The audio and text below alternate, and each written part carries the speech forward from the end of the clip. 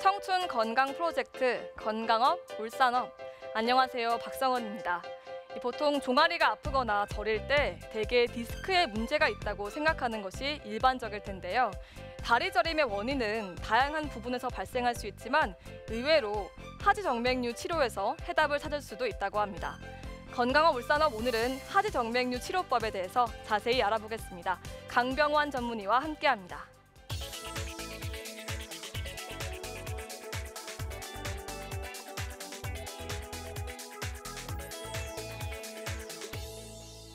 네, 하지정맥류로 진단을 받으면 여러 방법으로 치료를 하게 될 텐데요. 네, 그렇다면 치료 방법은 어떤 기준으로 정하게 되나요? 일단 환자분들이 가지고 있는 증상이 어느 정도 심하느냐에 따라서 달라지게 됩니다.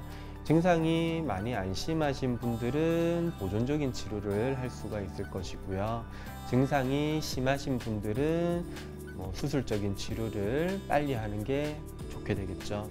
그리고 고장난 혈관의 크기에 따라서 수술 방법 자체가 또 달라질 수가 있습니다. 그래서 초음파 검사를 해서 혈관의 크기라든지 그리고 환자분의 증상이 어느 정도인지 그거에 따라서 치료 방법이 달라지게 됩니다. 하지정맥류를 치료하는 방법에는 여러 가지가 있을 텐데요. 어떤 것들이 있을까요?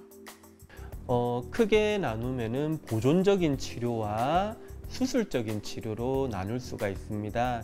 보존적인 치료는 고장난 혈관을 놔두고 그것을 이제 증상을 완화시키거나 그리고 악화되는 거를 줄여주는 그런 치료 방법인데, 대표적인 치료 방법이 압박 스타킹을 신는다거나 그리고 정맥순환제라고 하는 약을 드시는 겁니다. 압박 스타킹을 신게 되면은 혈액순환을 좀 도와주는 역할이 있고요. 정맥순환제를 먹게 되면은 다리 통증이라든지 부종을 많이 완화시켜 줄 수가 있습니다. 그리고 생활 습관을 바꾸는 것 역시 보존적인 치료의 한 가지 방법이 될 수가 있습니다. 그런데 환자분들의 증상이 심하거나 하지정맥류가 많이 진행이 되어 있는 경우는 수술적인 치료를 하게 됩니다. 수술적인 치료도 크게 두 가지로 나눌 수가 있는데, 혈관을 근본적으로 제거를 하는 말 그대로 수술적인 그런 치료가 있을 수 있고요. 그리고 혈관을 제거를 하는 것이 아니고 시술적으로 고장난 혈관을 막아서 그쪽으로 피가 더 이상 흐르지 못하도록 하는 그런 방법도 있습니다. 아, 그런 치료법이 있군요. 네, 그럼 선생님, 보존적 치료법에 대해서 조금 자세한 설명 부탁드립니다.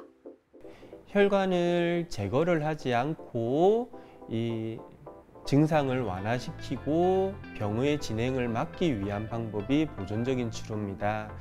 가장 효과적인 게 압박 스타킹이고요. 이 압박 스타킹이 하는 역할이 다리를 밑에서부터 위로 짜올려 주는 역할을 합니다. 그래서 다리에 정체가 되어 있는 혈액을 임의적으로 빨리 제거를 해주는 역할을 하는 것이죠.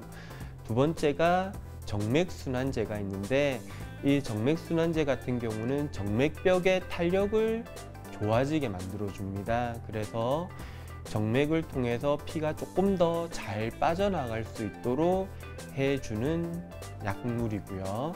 그런데 이런 보존적인 치료는 근본적인 치료가 되지는 못합니다. 병이 생기기 전인 상태에서는 예방적인 효과가 분명히 있지만, 이미 병이 생긴 상태에서는 그거 자체만으로 치료가 되지는 못하고 대신에 병이 악화되는 것을 어느 정도 막아줄 수는 있게 됩니다. 네, 그런데 이 보존적 치료를 통해서 증상이 호전된다면 다행이겠지만 수술이 꼭 필요한 경우도 있을 것 같습니다. 어떤 경우일까요? 이 보존적인 치료로 어느 정도 유지를 할 수가 있겠지만은, 보존적인 치료의 효과가 없다거나 이미 환자의 증상이 심하다거나 혈관이 이미 많이 도드라져 있는 경우는 빨리 수술적인 치료를 하는 것이 오히려 더 효과적이라고 볼 수가 있습니다. 그래서 이런 수술적인 치료 같은 경우는 근본적인 해결이 될 수가 있기는 하지만, 한 번 하면은 돌이킬 수가 없기 때문에 조금 더 신중하게 결정을 하는 것은 필요합니다. 네, 그렇다면 수술 후에 부작용은 없는지, 또 문제 혈관을 제거하게 되면 하지 정맥류가 완치가 될까요? 모든 수술이 부작용이 없을 수는 없습니다. 하지만 하지정맥류 수술 같은 경우는 수술 자체가 큰 수술이 아니기 때문에 그 부작용도 생기더라도 아주 미비하게 생길 수 있고요. 그리고 그 부작용들이 대부분 일시적인 경우가 많이 있습니다. 그래서 어느 정도 시간이 지나면 그 부작용도 서서히 사라지게 되니까 미리 걱정하실 필요는 없을 것 같습니다. 그리고 하지정맥류를 수술하면 완치가 된다고 다들 생각을 하시는데, 보통 수술을 하고 나면은 기존의 혈액순환 안 되는 거에 80에서 90%까지는 돌아올 수 있지만 10에서 20% 정도의 혈액순환 안 되는 거는 남게 됩니다. 그것은 수술적으로 해결하는 부분이 아니고 수술 후에 환자가 계속 꾸준하게 관리를 해야 되는 부분이기 때문에 수술만으로 끝나는 건 아니고 환자의 관리도 분명 중요하다고 생각하시면 됩니다. 네, 그러면 마지막으로 하지 정맥류 치료 후에 주의사항이 있다면 말씀 부탁드립니다. 환자분들은 수술을 하고 나면은 그것으로 모든 게 끝난다고 생각을 하시는 경우가 많습니다. 하지만 수술 후에 관리도 정말 중요하거든요. 그래서 하지정맥류가 생길 수 있는 안 좋은 생활 습관들은 수술 후에 개선을 해 나가야 됩니다. 그렇지 않으면은 고장난 혈관이 치료가 되었지만 남아있는 다른 혈관들이 또 고장이 날 수가 있기 때문에 또 수술을 해야 되는 경우가 생길 수도 있거든요.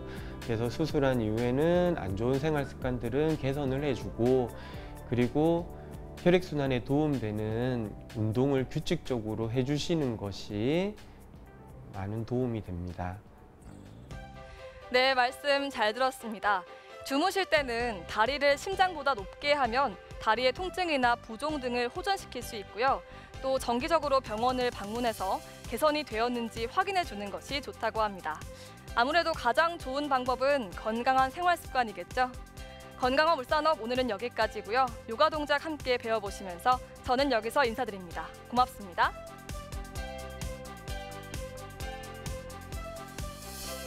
오늘 저와 함께 배워보실 자세는 다리 전체의 순환을 도와주면서 척추도 펴주는 아래로 향한 개자세입니다. 자, 먼저 네발 자세를 만들어주세요. 무릎은 골반 넓이, 손은 어깨 넓이로 벌려줍니다. 자, 마시는 호흡에 발끝을 세워 바닥을 짚고 내쉬는 호흡에 골반을 천장 향해 해서 끌어올려줍니다. 마시는 호흡에 양무릎 제자리 돌아오셨다가 내쉬고 골반 조금 더 지그시 천장을 향해 끌어올려줍니다. 자, 체중이 앞쪽으로 쏟아지지 않도록 뒤쪽으로 밀어주시고요.